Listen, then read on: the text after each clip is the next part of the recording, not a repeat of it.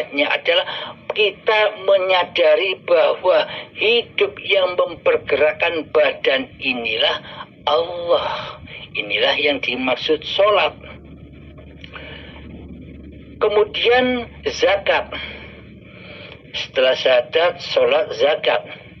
Zakat itu maknanya apa? Di dalam syariat zakat itu adalah memberikan beras kepada fakir miskin ketika akan sholat Idul Fitri. Inilah lambang-lambangnya hati. Jadi apa yang digerakkan di syariat itu hanyalah lambang-lambangnya hati. Semuanya ada di hati. Yang dimaksud hakikat zakat itu adalah kita mempersembahkan kembali kepada Allah apa-apa yang paling kita cintai. Wujud kita persembahkan kepada Allah, hidup sudah kita persembahkan kepada Allah, bahwa hidup inilah hayatullah. Inilah yang dimaksud zakat. Ketika hati kita sudah berperilaku demikian, sudah menyaksikan hidup daripada menyaksikan badan, inilah yang dimaksud zakat. Terus kita berangkat lagi kepada puasa. Puasa itu bagaimana maksudnya? Di dalam babakan syariat, puasa itu adalah menahan lapar dan haus secara badaniah. Akan tetapi yang dimaksud berpuasa di sisi Allah itu adalah berpuasa akan hadirnya kewujudan manusia kita. Jangan sampai kewujudan manusia kita hadir. Jangan sampai kehidupan manusia kita hadir menguasai apa-apa yang dipergerakan oleh badan. Yakni hambanya menjadi Tuhan. Hawa nafsunya menguasai seluruh pergerakan badan. Yang dimaksud puasa adalah menekan hawa nafsu itu tidak muncul. Yang kita wujudkan hanya hayatullah. Allah lah yang berpuasa. Inilah yang dimaksud puasa. Contoh, ketika kita berjalan, hati kita sudah berpuasa dari manusianya yang berjalan. Akan tetapi di dalam praktek hati kita sudah menyadari bahwa hiduplah yang berjalan, bukan badan yang berjalan. Allah lah yang berjalan, bukan manusianya yang berjalan. Contoh lagi, ketika kita sedang duduk, hati berpuasa dari hambanya yang duduk, bukan manusianya yang bisa duduk, tapi hiduplah yang mendudukkan. Jadi semua peristiwa keadaan itu sudah kembali rojiun kepada Allah lah sebagai penguasanya. Allah lah sebagai Tuhan yang mentuhani badan-badan ini. Inilah yang dimaksud puasa. Puasa dari kewujudan diri manusianya. Yang diwujudkan hanyalah Allah.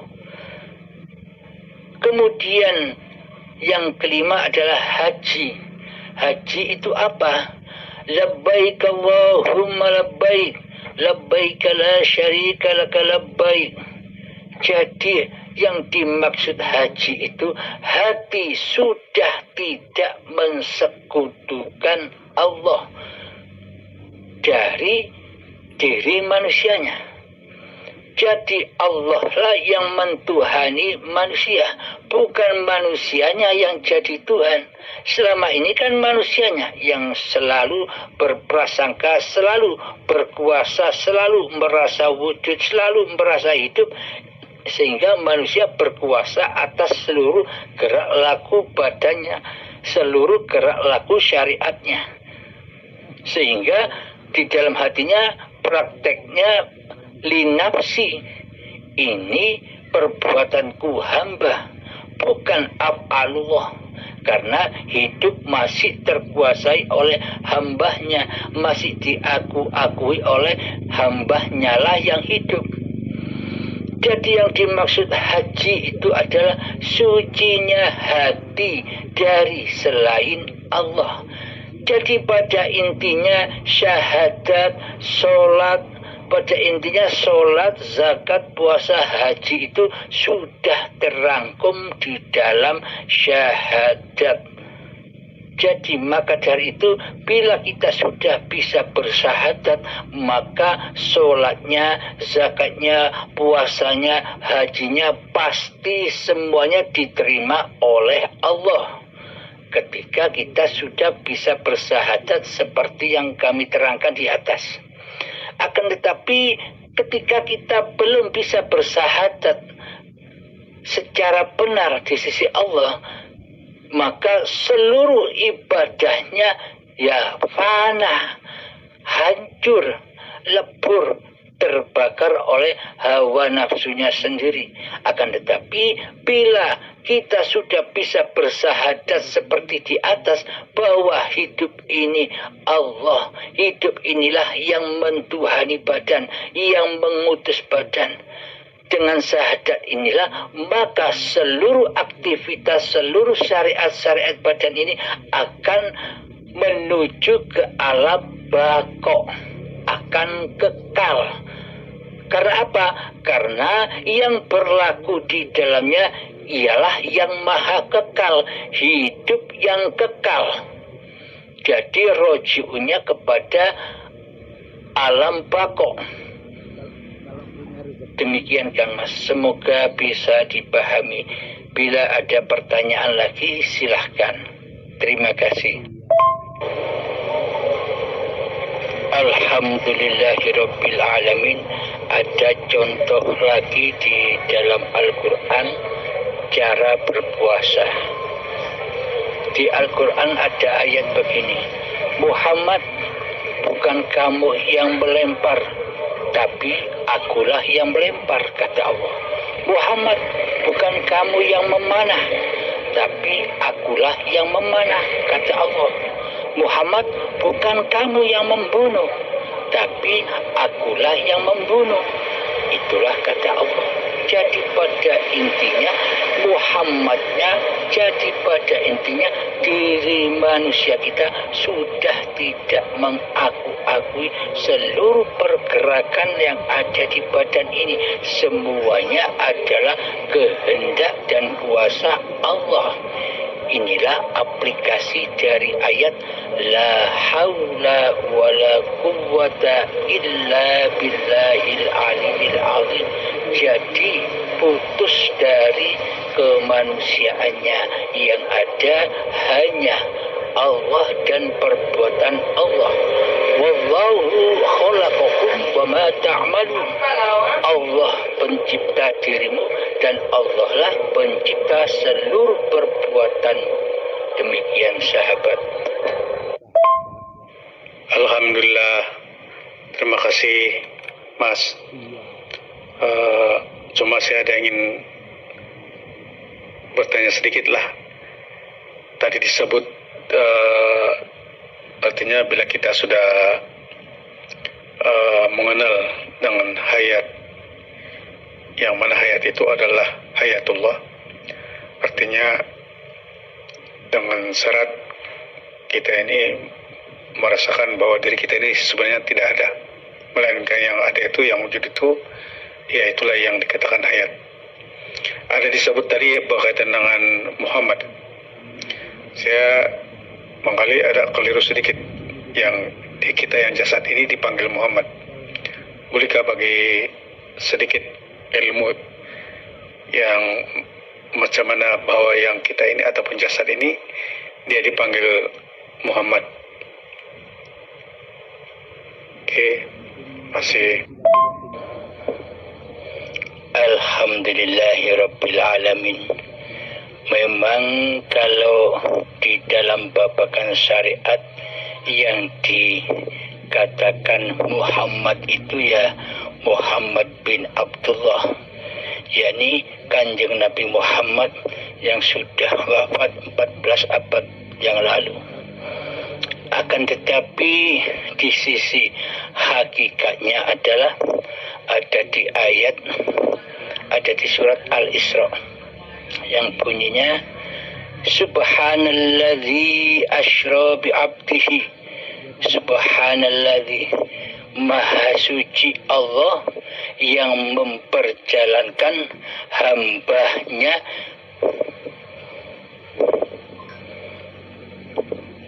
yakni hambanya.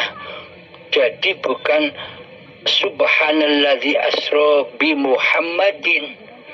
Bila yang diperjalankan itu hanya Kanjeng Nabi Muhammad, pasti ayatnya demikian. Akan tetapi ayatnya berbunyi subhanalladzi asra bi abdihi, hambaku, hamba Allah. Siapakah hamba Allah? Apakah seluruh manusia itu bukan hamba Allah? Apakah seluruh badan manusia itu bukan ciptaan Allah? Apakah hanya badan Kanjeng Nabi saja yang ciptaan Allah? Untuk mengaplikasikan zatullah, sifatullah, asma'ullah, dan af'alullah, maka selayaknya lah manusia kembali kepada hakikat sifat diri sejati manusianya, yakni manusia bermakrifat kepada hakikat diri manusianya dahulu. Apakah makrifatnya manusia? Bila manusia sudah bermakrifat, yakni bila manusia sudah menyadari di hatinya bahwa sesungguhnya diri manusianya hanyalah sifat kebalikan dari sifat Tuhannya. Bila Allahnya yang wujud, maka manusianya wajib gaib. Maka Allah takkan pernah wujud di hati manusianya bila manusianya masih merasa wujud. Jadi adamkanlah, maka tiadakanlah kewujudan diri manusia kita di hati kita. Maka adamkanlah kehidupan manusia kita di hati kita. Maka adamkanlah kuasa diri manusia kita di hati kita. Maka adamkanlah af'al manusia kita di hati kita. Setelah kita fitrahkan, kita lebur apa-apa kewujudan diri manusia kita, maka setelah fana, setelah hancur, setelah tiada dan gaib kedirian manusia kita, maka nyatalah wujudullah, hayatullah, kudratillah, semuanya wujud atas diri manusianya ketika manusianya sudah bermakrifat kepada hakikat diri sejatinya yang tak ada, yang tak wujud, yang tak hidup. Maka nyatalah yang bermakrifatullah itu adalah Allah sendiri. Tak ada satupun manusia yang bermakrifat kepada Allah, melainkan manusia hanya bermakrifat kepada ma'rifatun nas, makrifat menyadari hakikat diri sejatinya, yang mana hakikat diri sejati manusianya itu hanyalah kebalikan dari sifat-sifatnya Allah. Maka bukan dikatakan Islam baik di sisi Allah dan di sisi manusia bila manusia itu belum mengenal Allah, belum bertemu Allah. Bagaimanakah cara bertemu Allah? Bukan bertemu antara manusia dan Tuhannya, seperti yang kita angan-angankan dan yang seperti kita bayang-bayangkan selama ini. Maksudnya cara bertemu Allah itu adalah kita manusia wajib bertemu dengan sifat sejati diri manusia kita yang kebalikan dari sifatnya Allah, yakni pintu kematian. Jadi pintu masuk ke dalam ilahiyah, pintu masuk mengenal Allah, pintu masuk bertemu dengan Allah, pintu masuk mi'raj kepada Allah, pintu masuk ketajalian kepada Allah, pintu masuk di dalam kewusulan adalah ketika kewujudan dan kehidupan diri manusia kita sudah gaib, sudah tiada, sudah mati, sebagaimana kita selama ini menggaibkan Allah, mentiadakan Allah di hati kita selama ini. Seperti demikian. Jadi gaibnya manusia, tiadanya manusia, matinya manusia akan seperti sebagaimana selama ini kita menggaibkan Allah. Jadi dibalik, karena sesungguhnya sifat manusia itu adalah sifat kebalikan dari sifat Tuhannya. Dan nyatakan bahwa hidup ini Allah senyata-nyatanya, seperti selama ini kita menyatakan bahwa manusia kitalah yang nyata daripada Allah. Nyatakan seperti itu, bahwa hidup ini hidup manusiaku sendiri. Seperti itulah menyatakan bahwa hidup ini Allah, seperti kita menyatakan, mengadakan, mewujudkan kehidupan diri manusia kita di hati kita selama ini. Tinggal dibalik saja. Itulah cara mengaplikasikan di dalam kehidupan ini.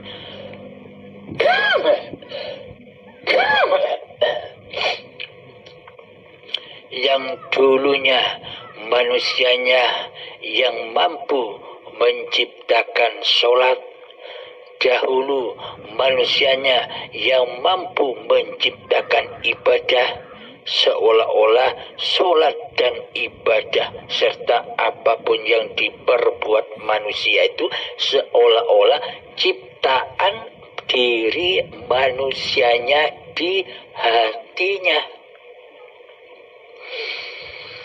Maka cara untuk mengaplikasikan bahwa hidup ini Allah, maka saksikan terus menerus, rasakan, saksikan dengan rasa hidup itu sendiri, yakni hidup ini Allah lah yang mengutus badan untuk sholat.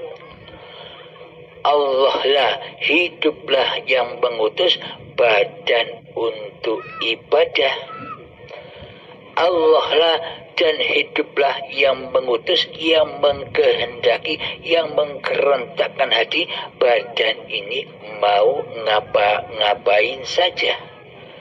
Contoh, hidup mengutus badan untuk merokok, hidup mengutus badan untuk enjoy minum kopi.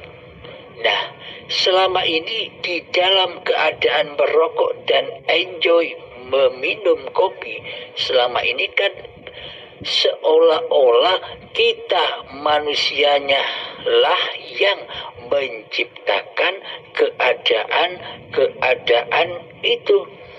Seolah-olah itu perilaku manusianya, seolah-olah itu kehendak dan kuasanya manusianya di hati kita.